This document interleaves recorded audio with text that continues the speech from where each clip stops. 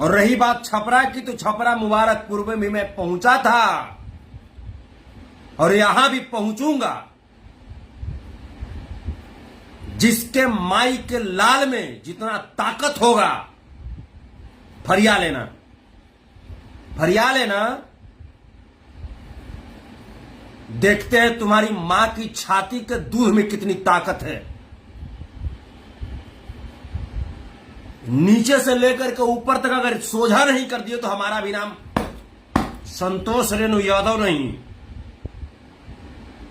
भड़वे चुपके से वार करते हो, चुपके से। अगर हिम्मत है और अगर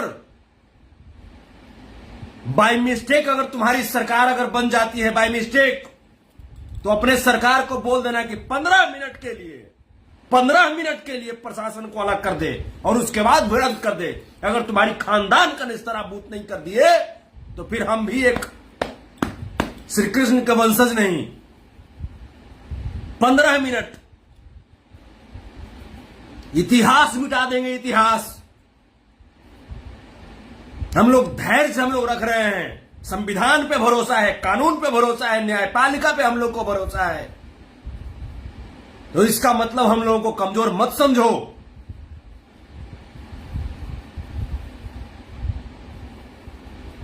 समाजवाद में हम लोग भरोसा रखते हैं।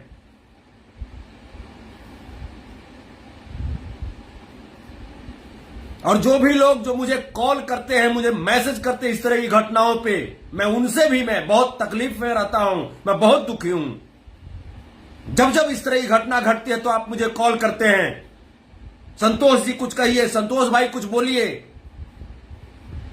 आप ये क्यों नहीं सोचते कि संतोष भाई के ऊपर जब होता है उस समय कहां कौन हमको साथ देता है? बताइए आप। 10-10 बार मेरे ऊपर जानलेवा हमला हुआ, आज तक बताइए सरकार रहने के बावजूद सुरक्षा प्रदान मुझे नहीं किया गया।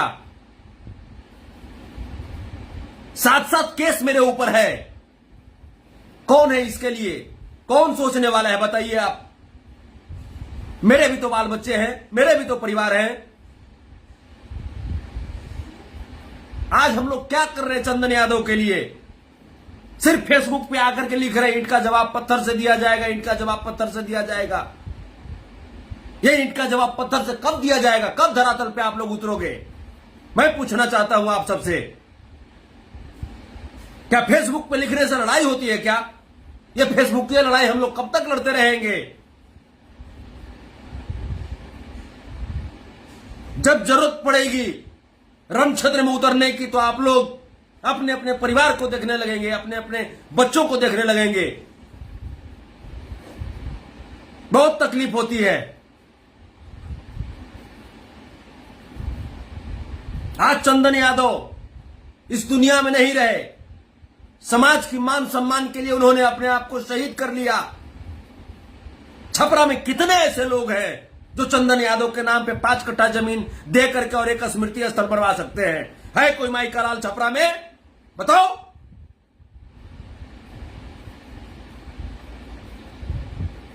चंदन यादव शहीद सिर्फ अपने घर के लिए नहीं हुआ था, सिर्फ रोहिणी आचार्य दीदी के लिए नहीं हुआ था। हमारे लिए भी शहीद हुए चंदन यादव, आपके लिए भी शहीद हुए चंदन यादव।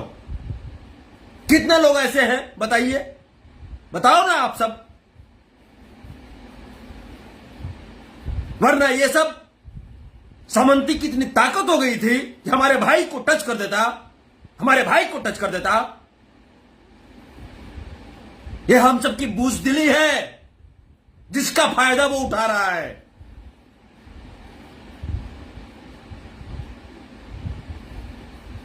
और लोग कहते हो कि ये घटना राजनीतिकरण है, राजनीतिकरण है। नहीं, ये घटना राजनीतिक प्रेरित नहीं है, ये घटना सामाजिक प्रेरित है। ये सामाजिक घटना है।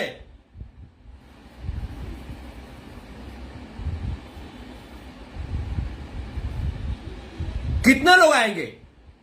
मैं चल रहा हूं वहां पे, लेकिन कितने लोग साथ में खड़े होंगे? नहीं खड़े होंगे आप लोग। सिर्फ फोन पे, सिर्फ फेसबुक पे कहने से होगा, फेसबुक पे कहने से होगा। अरे जिस दिन हम लोग जाग जाएंगे उस दिन इन लोगों का इतिहास बचेगा, इतिहास बच पाएगा इन लोगों का। लेकिन हम लोग राजनीति और सामाजिक चीजों को एक ही जगह मरोड़ देते हैं। राजनीति अपनी जगह पे होती है, सामाजिक अपनी जगह पे होती है। इन चीजों को समझना पड़ेगा, हम लोगों को समझना पड़ेगा हम लोगों को।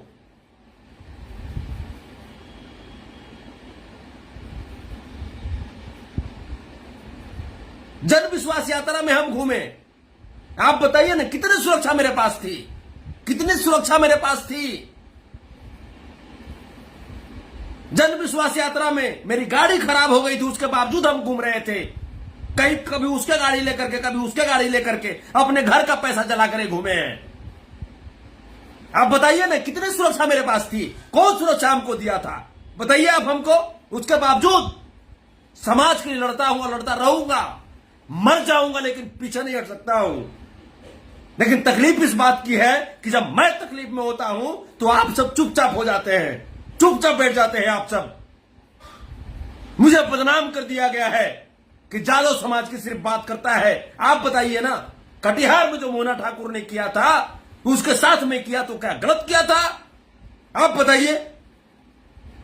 10 वर्षों में 350 बेटियों के साथ रेप किया था।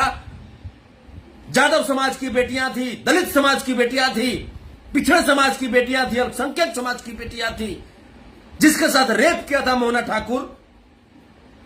मैं उसके साम्राज्य को खत्म करने का मैंने प्रयास किया और अंततः आप लोग के प्रयास से उसका साम्राज्य खत्म हुआ। तो क्या गलत था?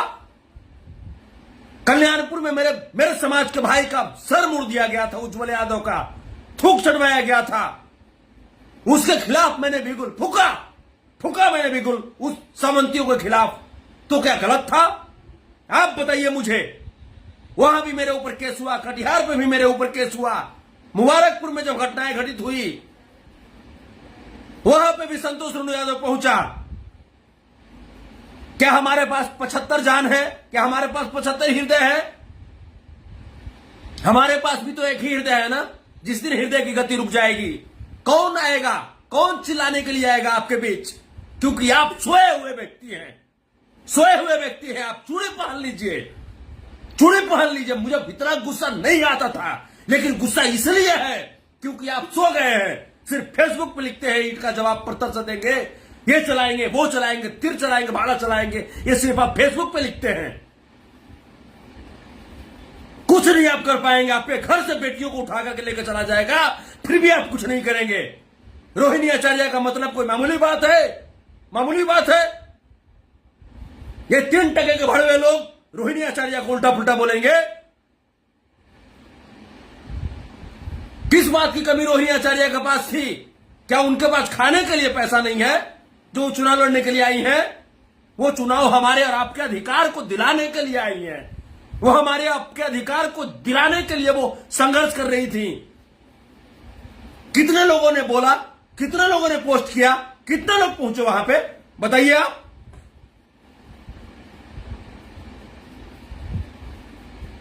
सिर्फ फेसबुक पे लिखेंगे ईंट का जवाब पत्थर से देंगे। चलिए ना संतोष रेणु के साथ, चलिए, नेस्तनाबूद कर देंगे उसको, घर में से निकाल करके उसको, घर में से निकाल करके सजा दिलवाएंगे उसको। लेकिन बनना पड़ेगा आपको भी संतोष रेणु, धरातल पर उतरना पड़ेगा आपको, जमीन नापना पड़ेगा आपको। घर में से सो करके बेड पर और वहां पे फेसबुक पे ईंट का जवाब पत्थर से देंगे, इससे काम नहीं चलेगा।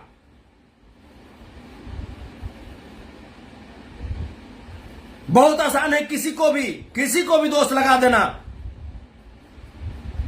लालू जी को दोष लगा देना, तेजस्वी जी को दोष लगा देना बहुत आसान है। लेकिन अपने अंदर झांक करके देखिए, लालू प्रसाद यादव जी एक राजनेता हैं, तेजस्वी यादव जी एक राजनेता हैं, और वो कभी भी कुछ भी बात करेंगे वो पॉलिटिकल दृष्टिकोण से ही बात कर सकते हैं। ये उनकी मजबूरी है। आप तो एक नेता नहीं है ना, आप तो एक समाज के व्यक्ति है ना।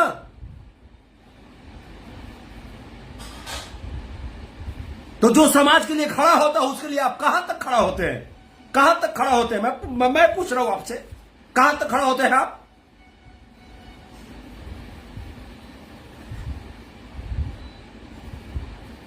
सीखना होगा आपको भी, अन्य समाज की तरह आपको भी सीखना होगा। आप याद कीजिए सुखदेव गोगामेड़ी की हत्या के बाद यह समाज के लोगों ने पूरे देश को हिला दिया था, पूरे देश को हिला दिया था। है आपके अंदर कुवत, है ताकत आपके अंदर, है ऐसी एकता आपके अंदर।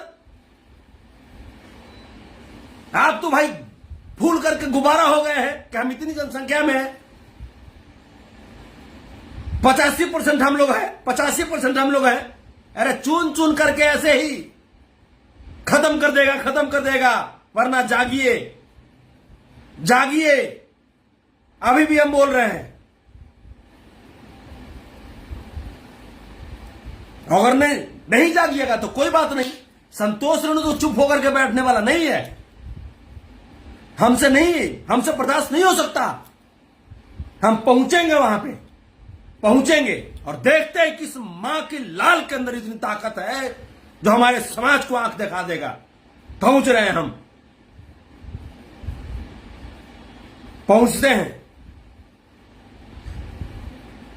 बहुत जल्दी तिथि तय करते हैं, बहुत जल्दी तिथि तय करते हैं।